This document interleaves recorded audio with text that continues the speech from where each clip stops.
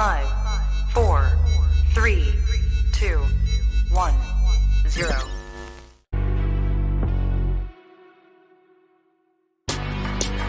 Women's Wrestling Talk, the #1 women's wrestling show on the planet.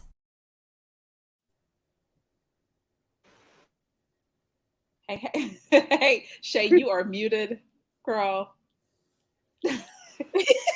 Yep, there you go. Hello. Welcome back, everyone. This is Women's Wrestling Talk, the #1 women's wrestling show on the planet. It is your girls. I feel like we need a name, but we'll see. But your girls here to do your Women's Wrestling Army after show. And we are continuing in our series with the close-ups. We have one last close-up, and that is with Holidead. But before we get into it, how are you both doing today? I know, Lyric, you talked about how you're recovering from Forbidden Door. So how's that going? Yes, let's hear about it. It was a great time. 10 out of 10 experience. Highly recommend. Had to be there. Like, I saw so much wrestling history. Osprey Omega was better in person than I think people know. Okada Danielson was insane. Final Countdown, insane experience. Fight Forever came out today. I haven't gotten to really dive in, but I did play one exploding barbed wire deathmatch. It's so funny. It's so funny. It's just boom. Just so funny. Yeah. Okay. Yes, Fight Forever is out. I will actually have to get a gaming console, which I know, right? Listen. Don't feel bad. Last year, I thought it was going to come out last year. That's why I bought my Switch this time last year, because I thought it was going to come out. Mm-hmm. It didn't come out till this year, but I have the Switch now, so. Yeah, so that's a piece of the puzzle that I need to get, and then I will get that and a few other cozy games. Shay, how are you? I'm great. Just watching Love Island. That's it. Okay, so do you want to give an update it's okay to spoil it. It's fine. You want to give an update? Congratulations, Cindy and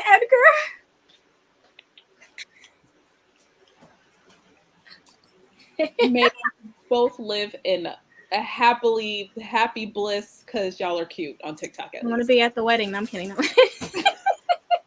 I still don't know the difference between Love Island, Love is Blind, and Too Hot to Handle. So I don't know the plot of Love Island. I feel like everything just came out all around the same time, and I'm just so confused. Just happy to be here though. So Love is Blind is you never see the person until you pick them. But yeah. Love Island is more I'd say, what's the word? When something's, oh my God, my brain is losing it. But it's very look based. So it's you pick the person the first day based on looks. You don't even know the personality. So one is more vain than the other. Okay. Okay, and then Too Hot to Handle, is that still on? Because there was that one too. I don't even. That thing died after season 3, honestly. Oh. Okay. It's just a broken concept, because basically, you can't touch or you lose money. But then after the first 2, you saw they'll say, well, you can win the money back. And then they do the same thing. So as people know, they can break the rules and just win the money back later on. So it's no actual test. Consequences, yeah. Yeah. Okay. Thank you, Shay, our resident reality show connoisseur over here. So, so y'all ready? There you go. Okay, so y'all ready to get into this close up with Holidead? Yes. Oh my God, I was so excited. Might have been my favorite one, actually. Same. Let's get into it. Yeah. So right away we have Alyssa Marino, who has been the host for all of these special series episodes, sitting with Holidead, who is already in it with the freaking. Holidead is just so much energy, and it's perfect. I thought that Ashley D'Amboise was my favorite, but honestly, Holidead took it and ran.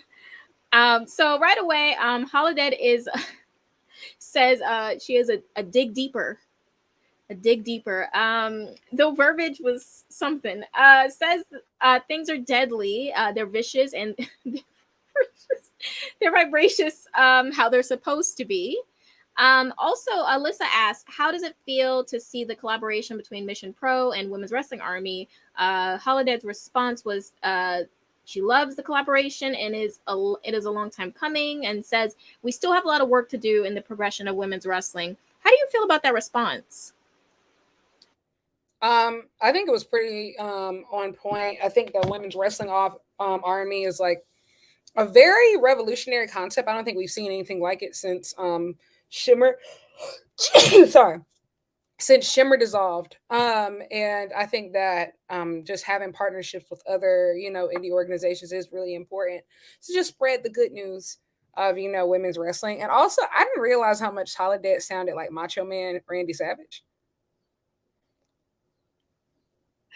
I thought it was hilarious. Like, yeah, I thought it was hilarious. But I was like, she sounds like Macho Man.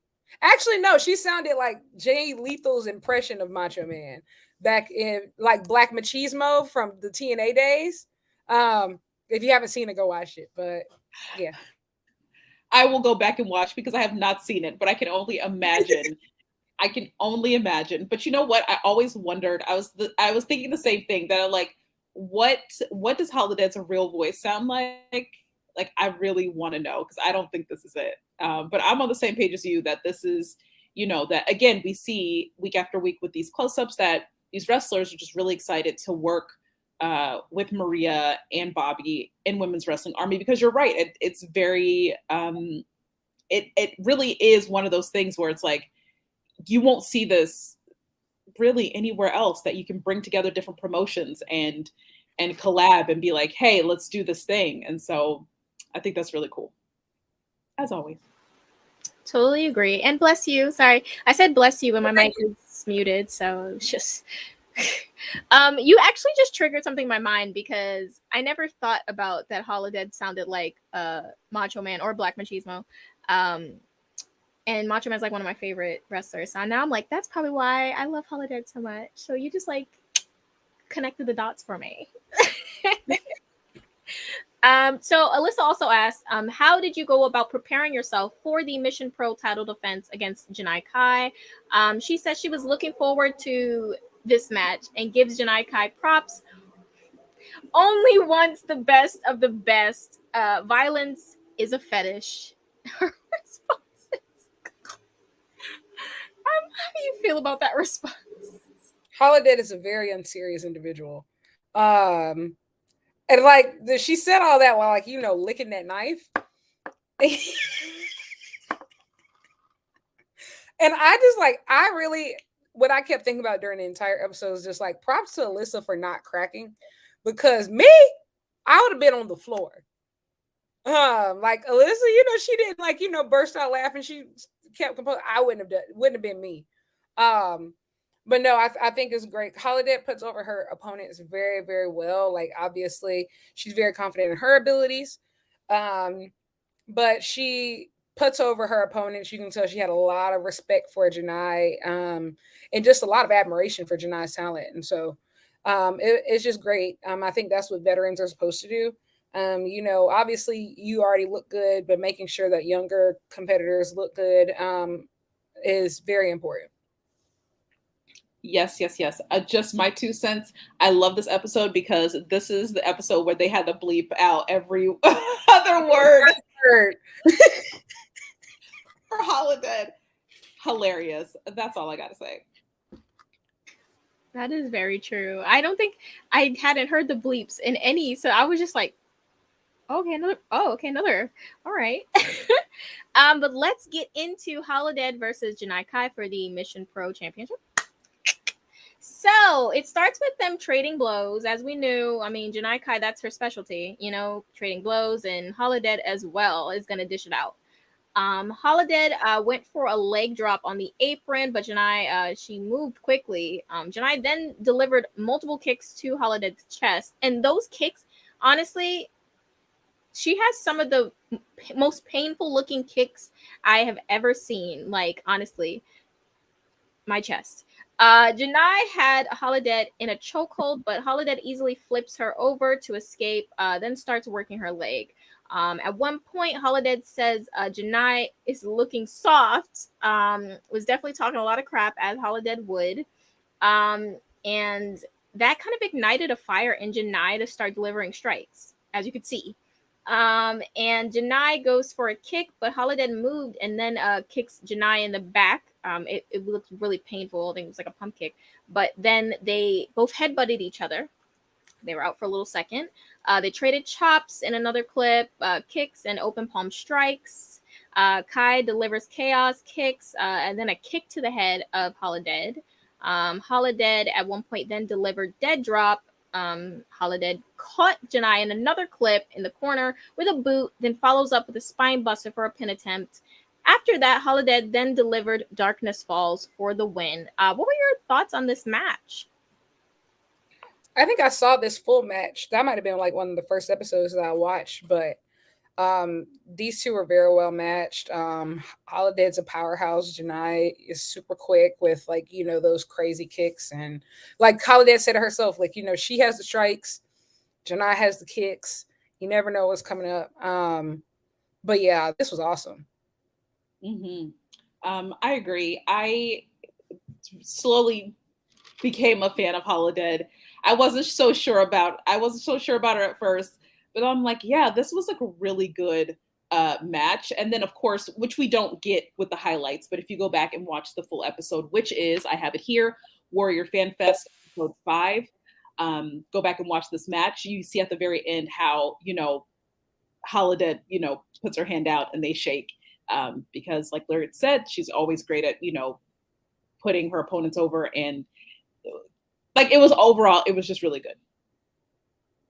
Yeah, no, she definitely speaks so highly of everyone that she goes against, which is something I appreciate. You know, like you gotta. So Alyssa asked Holidead how she felt about the match. Said that Janai helped the darkness feel alive. Says Janai has been studying the dark side. Something dark side. So then Alyssa asked, what emotions were you feeling after the match? And her response was game, recognized game, loved the violence, and is a sadistic creature. Says she felt every kick she got from Janai, and let's get violent another time, she said. How do you feel about those responses? I think that's like the equivalent of Holidead actioning you on a date, you know, like, let's get violent some other time. That's like the highest form of praise she knows how to give. So like that's you know, that's high praise. Yeah, I just admire her commitment, like, of always being in character. Like just staying in character. I don't think we see a lot of like women's characters, very rarely. I haven't seen one, I think, in years. And so like it's really refreshing to see, like, you know, that level of commitment to like the character of all times. Like, incredible. I will mention as a non-binary person, Max the Impaler, who is like, that's another one that's like, absolutely. Never, I don't even think I've heard them speak at all. So like, but yes, always in character. But you're absolutely right. Like there aren't really like true characters in this way. And Holidead does it well. Yep. I definitely agree. We also had another question. Alyssa asked, what did you take away from your first experience with Jordan Blade in the Buried Hatchet Battle Royal last year at Mission Pro? And her response was, last two in the Battle Royal was her and Jordan Blade, and didn't get to see all Jordan was about, but game, recognized game, giving out that, you know, respect. And she also mentioned that, you know, Women's Wrestling Army, which is obvious, is seeking out the top women's wrestlers. That's obvious. Like, come on. And she also said violence begets violence. Kick her effing head off. And violence on 20,000. What are your thoughts on that? I think she might need to join the Blackpool Combat Club. Hey, I have my shirt on. Forged in Combat, baby. Y'all need Holidead. That would be an idea. Yeah, so let me see here. Let's get into Holidead versus Jordan Blade for the Mission Pro Championship yet again. In the beginning, Holidead faked a handshake and takes Jordan down. She threw a leg. Shit, threw a leg drop. Jesus. She got a leg drop on the apron. They fight outside, trading shots for a bit. Holidead goes for a kick, but gets caught near the post, and Jordan slams her leg on the post once more. Might as well. Hey. Jordan starts working on Holidead's leg with a neck bridge, which I thought was so cool to see. As you can see, bottom right there. Holidead drops Jordan Blade and then hits a leg drop again. Then a short arm clothesline to follow up. Jordan reverses and then gets double stomps. I always love a good double stomp. Holidead then hits a headbutt and then a dead drop for a pin attempt. Next clip showed Jordan goes for a rear naked chokehold, but Holidead uses her momentum to flip over into a pin. I think she got a 2 count actually. Then Jordan delivers multiple strikes plus a knee to the face, followed by a fisherman suplex. Goes for Holidead's ankle, but Holidead pulls her down for a pin attempt. After that, Holidead goes for Darkness Falls, but Jordan gets a back fist into a German suplex with a bridge for a pin attempt again.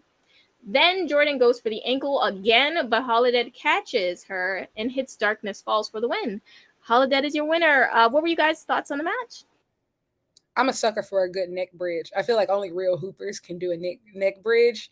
I feel like even if you pull out one of those, I automatically think like, oh, you like that. Like you can hoop, like for real. But no, the match was great. I had never seen Blade before, but just very, very, very they were very well matched. I think Darkness Falls was one of the coolest moves I've ever seen.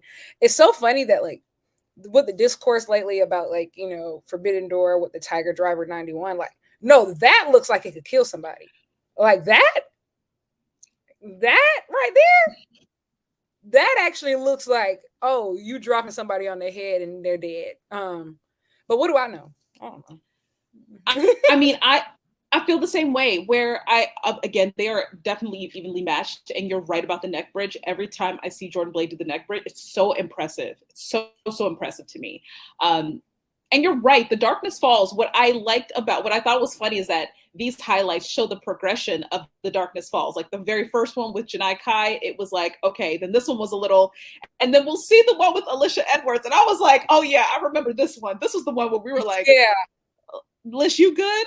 So I think you're absolutely right, because it's drop it like straight on their face, like just planted right on their face. So what a good match. And I think Jordan Blade is based in, I think she's based in like the DC area, DC Maryland area.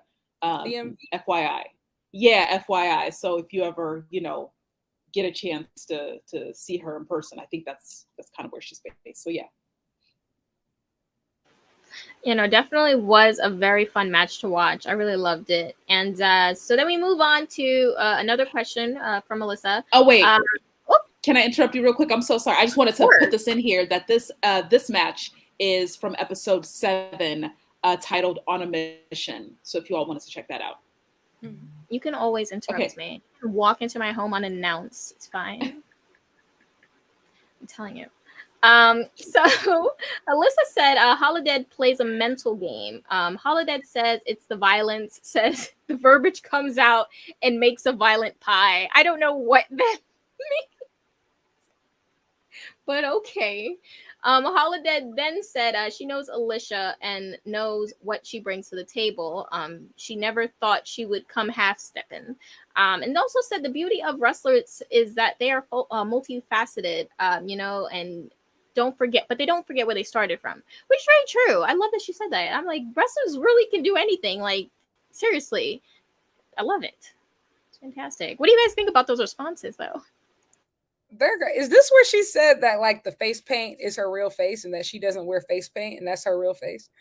And the dedication is so there. It's so there.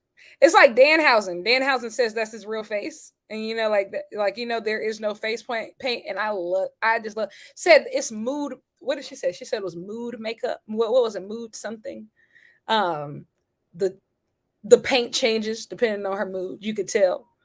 And I was like, wow, I love lying. It's so much fun. Just fantastic. 10 across the board. But yes, I loved everything that she said there.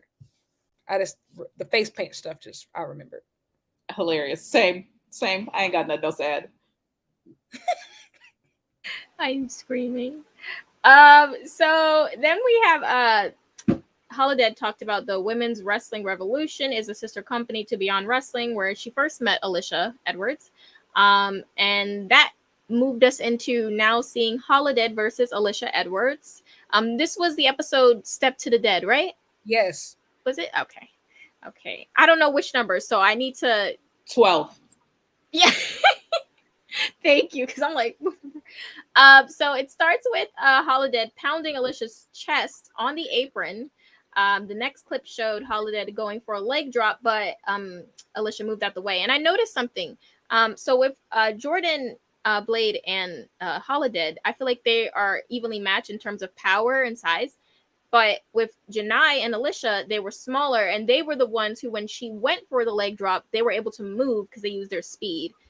Jordan did not. That was just something I just like took in my head. I'm like, speed is your kryptonite. Holidead goes for a leg drop on apron, as I said. After that, Alisha moves, then delivers a drop kick. Alisha goes for a move, but Holidead swats her away pretty easy, showing her power. After that, Holidead delivered a thunderous open palm strike. I mean, the crowd was so loud. Like, I was like, my chest. Alisha responds with a few of her own open palm strikes, but they did not match up to that one open palm strike from Holidead to begin. Alisha kicks Holidead in the head, then delivers a absolutely delish for a pin attempt. After that, we have another clip of Holidead starting to stretch Alisha out, trying to weaken her. We don't know. After that, then delivers a clothesline in the corner, followed by a suplex. Alisha goes for a DDT, but misses, and Holidead also misses a kick, but drives Alisha into the corner. We then have Alisha deliver a tornado DDT off the top rope, which was so cute. It was so beautiful. It was giving. They both trade strikes at another point. And then we have another clip where Alisha goes for a crossbody, but Holidead catches her and puts her down for another pin attempt. Alisha hits the delish for another pin attempt. To no avail. Holidead hits Darkness Falls for the win. What were your thoughts on this match? This was great. Yeah, I've seen this was actually on the first episode that I watched. Step to the Dead. Great match. I thought that Alisha did really great, being super resilient and getting back up, and that near fall, like, you think she has it on the delish, but Holidead comes back, and just that has to be the most devastating Darkness Falls I've ever seen. I thought she was dead. Yeah, it was fantastic. Tens across. I love a good pile driver. Like, any variation of the pile driver, like, and especially women's pile drivers. If you go back and watch like All Japan 90s women's wrestling, Aja Kong, like, give me all the pile drivers. And so her variation of it, fantastic. 10 out of 10. I loved it. Child, look at Alisha. That poor girl. She's just laid out. And you're right, Shay. I think we talked about this some episodes back. How, like, I didn't realize how tiny Alisha Edwards is. Like, she is tiny. I don't even remember how tall she is. Just like 5 foot or something like that. But this looked painful. But you know what? She fought through, and Holidead is Holidead. Did not come to play, and loved it. She definitely did her big one, regardless, win or lose. She definitely did. I love it, and I think she's like really good at selling. Like, she makes the moves look like 10 times better. Like, I love Alisha Edwards for that reason, honestly. So then we move on to Alyssa Marino asking, how are you feeling after this main event? Holidead's response was, Lish is more seasoned of the people she has faced, and in WWA, obviously, says it's like riding a bike, and says scrappy opponents give her the hardest time. Which I could see, honestly. She says she's been told that she's also an intense individual. I don't know who would say that. No, you don't say. I just don't know who would say that. So also Alyssa brought up that Holidead had to vacate her title back in December at the time of when this was taped. And in an open letter, I think she put online, she said it was not a decision that she was happy with, but sometimes you have to check yourself. Some things are bigger than others, and you can't work through it. Her violent lifestyle caught up to her, and says she is recovering from what happened. What were your response on that? And just her kind of, saying, hey, you got to check yourself. Because, a lot of times, a lot of wrestlers, they just want to keep trucking. Holidead said she didn't choose the thug life. The thug life chose her, period. She said, that life, it catches up with you. So you gotta, you gotta do what you gotta do. Period. They had to snatch it out her hand. She was going to fight. However, love that. She said you got to bang the set. I don't know. Ride or die, literally. Hilarious. But, hey, sometimes that's life, right? Yeah, but she'll be back on top. I'm not. Oh, absolutely. Otherwise, yeah. Definitely go to her future. As it should be. So we'll just end it off with the Women's Wrestling Army superlatives. And we have most likely to stay out all night partying. She said Queen Aminata. I don't think anyone said Queen Aminata. I was a little bit shocked by that one. But who knows? She then said most likely to believe they can fix something themselves. She said everyone, because she said wrestlers are hard-headed. Then most likely to have snacks. She said herself, which a lot of people actually said her too. So this matches up. Most likely to chat one's ear off. She said Alisha Edwards. And Lish likes to dish, is what she said. Lish likes to dish. Most likely to cry over a movie. She said Amy Rose, which I'm shocked about. But hey, movies do be hitting. Most glued to phone, Janai Kai, Jordan Blade, and Gia Scott. Most opinionated, Tasha Steeles, Deonna Purrazzo, and Alisha Edwards. And for most likely to be a superhero in disguise, Lainey Luck, which I can definitely see. What are you guys' thoughts on her responses? Honestly, based off of her explanations, I believed her answers more than I believed just by anybody else's. She was pretty on point.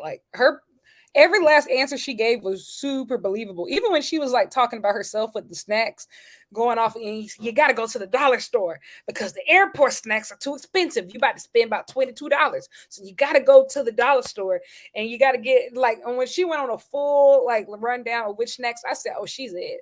She's it. This is a snack connoisseur. I absolutely agree. I was like, oh, Holidead knows what's up. Holidead is me.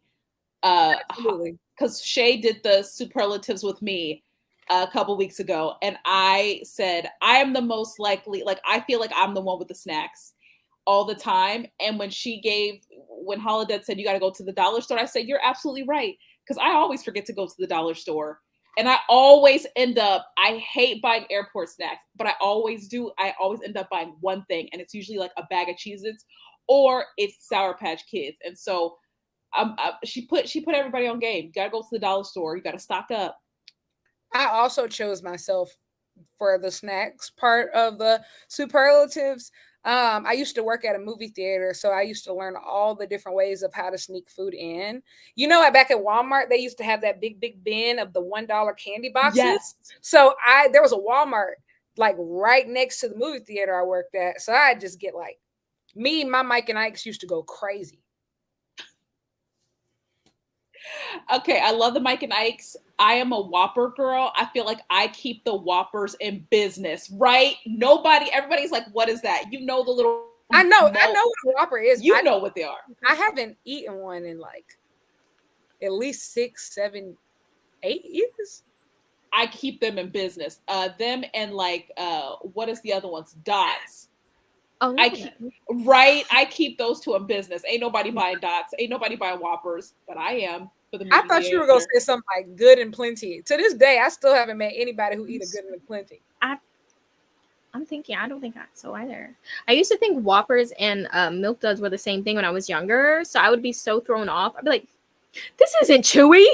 Like, it was very... My great-grandmother used to be obsessed with Mr. Goodbar. Like, she would, like, even when, this is not funny at all, but even when she didn't have any teeth, she would just suck on the peanuts. Stop. Just suck on the peanuts. Hey, but don't everybody... But don't everybody listen, my grandma too. Listen, my grandma got her dentures sitting right on the dresser and still be sucking on her candy. She would kill me if she knew I just shared that on this platform. Listen, what was I going to say about is the Good and Plenty, is that the black licorice? It's like pink and red. Not pink and white. Pink and white. The pink and white box. But on the inside... Yes, licorice on the inside. Yeah, I think that's why I don't eat them, because black licorice is terrible to me. You ever had the symphony chocolate? I love symphony chocolate. It's so good. I think I have like once, but isn't it? It's more expensive than the other stuff. I'm gonna be honest. Like if it ain't $1, I'm not gonna holler. I don't know. A motto to live by. Okay? Like especially like when I'm trying to, do it for the cheap. I have 5 photos in my hand. All of you cannot come. Only one. Yes, I go Powerade, Mountain Berry Blast, and mint Mentos used to be my favorite combination. Don't ask me how, but Mentos. Mint Mentos. Oh, you're a daredevil. I don't know. Yeah, you living on the wild side. Like Holidead said, you living on the dark side. I don't know nothing about that. I used to go to Sam's Club and buy like cases and like bring a roll and a roll of Mentos and a Powerade to school every day. It was in high school. It was a time. He was up. Oh no. Okay. But that is the end of this episode, and we will be back to finally going over some full, cards, like a full show, not any more of the series, even though I really enjoyed this series because we got to know a lot of people that we all are fans of, honestly. So hopefully they do a little bit more later on for some other people, because I would love to see other people do this as well, because it gives you more of a deep dive into that character and everything. What were you guys' last minute thoughts, anything? And also let us know where we can find you. Fantastic episode. Oh yeah, you can go ahead. No, go ahead, girl. Oh, I was just gonna say, fantastic episode. I'm not gonna lie, they had me in the first half with the close-ups. I didn't know if like I wanted to even finish them, but these last couple actually ended up being really, really, really good. So really happy that we, stayed the course. Yeah, you can find me at Lyric Wrestling on the Twitters, Maps and Graps podcast, and you can read my new article for Women's Wrestling Talk that came out today. Oh, what is it? Give us the title. It's called Opening the Door Wider. So it's about I mentioned 5 women's wrestlers that AEW or New Japan could use next year for dream matches for Forbidden Door if they don't get Stardom involvement, because women need dream matches too. Love that. So y'all go check that out, because again, Lyric is out here writing, giving us education, right? So please go read. I will read. I will put that in my queue to read. Really excited. Overall, love the episode. I am excited though to get back to the regular episodes. We have a few left, and you can find me on Twitter at Aisha Watches. That's where I am tweeting about stuff. I did a nice little deep dive into the Golden Lovers because I didn't really, again, I'm new to all this, so I didn't really know the history of Kenny Omega and Kota Ibushi until Al and Mika told me the story, and I said, "Excuse me." So I had to do a deep dive. So that is where I am as far as wrestling. I just put that at the top of my list. So deep diving into the Golden Lovers and whatever they were doing, and then also I just finished The Bear season 2. I binged that show, man. I need season 3. So again, I tweet about stuff that I'm watching, so y'all can follow me there. I know a few of you have found me on Instagram. I am there if you just search my first and last name. But yeah, that's where you can find me. Shay? I keep seeing edits on TikTok that are bullying me into watching The Bear, actually. So I might just start. Lyric is like, I don't know what that is. Do you know what The Bear is? No idea. You ever watch Shameless? No. It's okay. I only watched a few episodes of Shameless too. It was too chaotic. Basically, The Bear it's in its second season, just came out. It is basically about this guy. His name is Carmi. He's a chef. He comes back home to Chicago to take over his brother's restaurant, which is a failing restaurant, and all the shenanigans that happen and the chaos. It is just chaos. But honestly, like, if you have worked in a restaurant, it is both and also stressful. So where's this again? On FX. Okay. You can catch both seasons.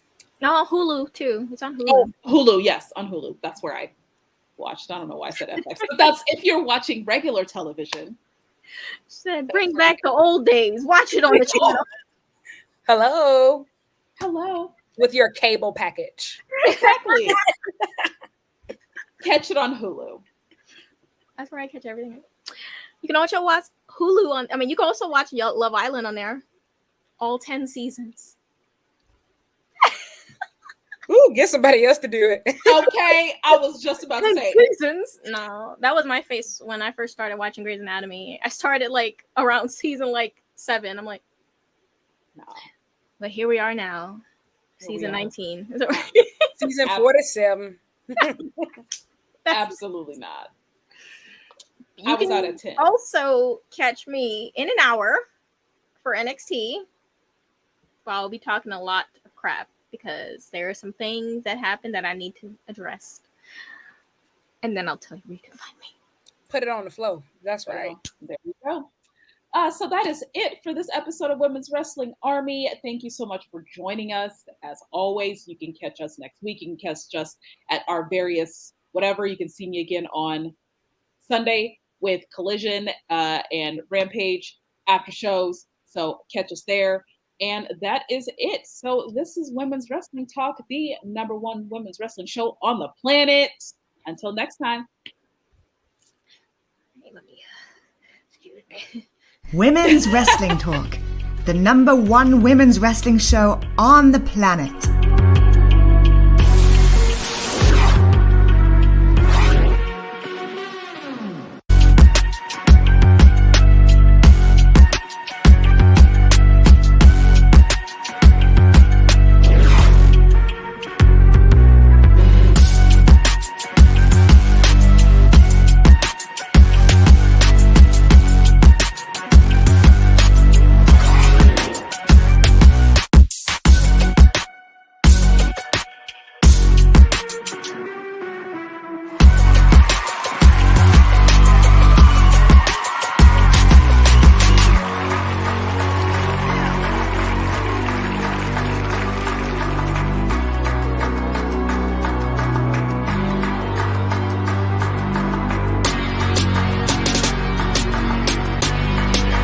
Women's Wrestling Talk, the #1 women's wrestling show on the planet.